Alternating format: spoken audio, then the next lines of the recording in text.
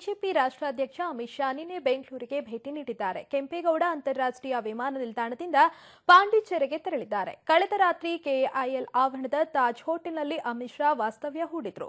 ಈ ವೇಳೆ ಬಿಜೆಪಿ ರಾಜ್ಯಾಧ್ಯಕ್ಷ ಯಡಿಯೂರಪ್ಪ ಅಮಿತ್ ಶಾ ಅವರನ್ನ ಭೇಟಿಯಾಗಿದ್ದಾರೆ.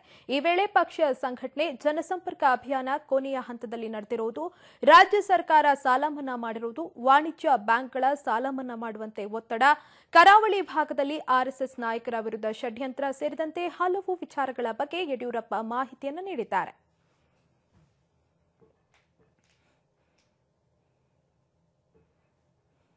ಬಿಜೆಪಿ ರಾಷ್ಟ್ರಾಧ್ಯಕ್ಷ ಅಮಿತ್ ಶಾ ನಿನ್ನೆ ಬೆಂಗಳೂರಿಗೆ ಭೇಟಿ ನೀಡಿದ್ರು. ಇವತ್ತು ಕೆಂಪೇಗೌಡ ಅಂತಾರಾಷ್ಟ್ರೀಯ ವಿಮಾನ ನಿಲ್ದಾಣದ ಮೂಲಕ ಪಾಂಡಿಚೇರಿಗೆ ತೆರಳಿದ್ದಾರೆ. ಇನ್ನು ಅಮಿತ್ ಶಾ ಭೇಟಿ ವೇಳೆ ಯಡಿಯೂರಪ್ಪ ಅವರು ಕೂಡ ಅಮಿತ್ ಶಾ ಅವರ ಜೊತೆ ಮಾತುಕತೆಯನ್ನ ನಡೆಸಿದ್ದಾರೆ. ಈ ವೇಳೆ ಪಕ್ಷ ಸಂಘಟನೆ, ಜನಸಂಪರ್ಕ ಅಭಿಯಾನ ಜೊತೆಗೆ ರಾಜ್ಯ ಸರ್ಕಾರದ ಸಾಲ ಮನ್ನಾ ಯೋಜನೆ ಇರಬಹುದು, ವಾಣಿಜ್ಯ ಬ್ಯಾಂಕ್ಗಳ ಸಾಲ ಮನ್ನಾ ಸೇರಿದಂತೆ ಸಾಕಷ್ಟು ವಿಚಾರಗಳ ಬಗ್ಗೆ ಅಮಿತ್ ಶಾ ಅವರೊಂದಿಗೆ ಮಾತುಕತೆಯನ್ನ ನಡೆಸಿದ್ದಾರೆ.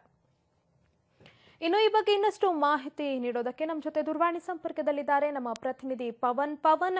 ನಿನ್ನೆ ಏನು ಬಿಜೆಪಿ ರಾಷ್ಟ್ರಾಧ್ಯಕ್ಷ ಅಮಿತ್ ಶಾ ಬೆಂಗಳೂರಿಗೆ ಭೇಟಿ ಕೊಟ್ಟಿದ್ರು. ಈ ಭೇಟಿ ಸಾಕಷ್ಟು ಕುತೂಹಲವನ್ನ ಕೆರಳಿಸಿತ್ತು. ಈ ಮಧ್ಯೆ ಯಡಿಯೂರಪ್ಪ ಕೂಡ ಅಮಿತ್ ಶಾ ಅವರನ್ನ ಭೇಟಿಯಾಗಿ ಸಾಕಷ್ಟು ವಿಚಾರಗಳ ಬಗ್ಗೆ ಚರ್ಚೆಯನ್ನ ಕೂಡ ನಡೆಸಿದ್ದಾರೆ. ಏನಿದೆ ಈ ಬಗ್ಗೆ ಹೆಚ್ಚಿನ ಅಪ್ಡೇಟ್ಸ್?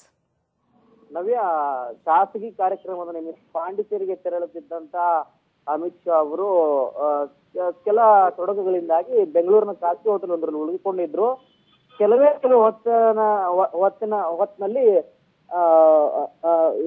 ಬಿಜೆಪಿ ರಾಜ್ಯಾಧ್ಯಕ್ಷರಾಗಿರುವಂತಹ ಯಡಿಯೂರಪ್ಪನವ್ರ ಜೊತೆ ಕೆಲವೊಂದಿಷ್ಟು ಮಾತುಕತೆಗಳನ್ನ ನಡೆಸಿದ್ದಾರೆ. ಅದು ಏನಂದ್ರೆ, ರಾಜ್ಯದಲ್ಲಿ ಇತ್ತೀಚೆಗೆ ನಡೆದಿರುವಂತಹ ಬೆಳವಣಿಗೆಗಳೇನಿದೆ, ಪ್ರಮುಖವಾಗಿ ರಾಜ್ಯ ಸರ್ಕಾರ ಸಾಲ ಮನ್ನಾ ಮಾಡಿರೋ ವಿಚಾರ ಕೂಡ ಚರ್ಚೆ ಆಗಿದೆ ಅನ್ನುವಂತ ಮಾಹಿತಿ ನಮ್ಗೆ ಲಭ್ಯ ಆಗಿದೆ.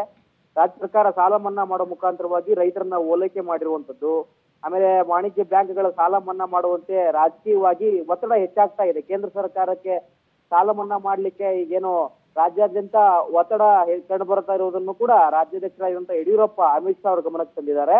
ಅಲ್ಲದೆ ತಾತ್ಕಾಲಿಕವಾಗಿ ರಾಜ್ಯ ಸರ್ಕಾರದ ವಿರುದ್ಧದ ಹೋರಾಟ ಮುಂದೂಡಿರುವಂತದ್ದು, ಕರಾವಳಿ ಭಾಗದಲ್ಲಿ ಆರ್ಎಸ್ಎಸ್ ನಾಯಕರನ್ನ ಗುರಿಯಾಗಿ ಇಟ್ಕೊಂಡು ಕೆಲವೊಂದಿಷ್ಟು ಷಡ್ಯಂತ್ರಗಳು ನಡೀತಾ ಇರುವಂತದ್ದು, ಮತ್ತೆ ಪ್ರಚಾರಕರಾಗಿ 15 ದಿನಗಳ ಕಾಲ ಕೆಲಸ ಮಾಡುವಂತೆ ನಾಯಕರಿಗೆ ಕೆಲವೊಂದಿಷ್ಟು ಸೂಚನೆಗಳನ್ನ ಅಮಿತ್ ಶಾ ಅವರು ನೀಡಿದ್ದಾರೆ ಅನ್ನುವಂತ ಮಾಹಿತಿ ಕೂಡ ಲಭ್ಯ ಆಗಿದೆ. ನವ್ಯ, ಧನ್ಯವಾದ ಪವನ್ ತಮ್ಮೆಲ್ಲ ಡೀಟೇಲ್ಸ್ಗಾಗಿ.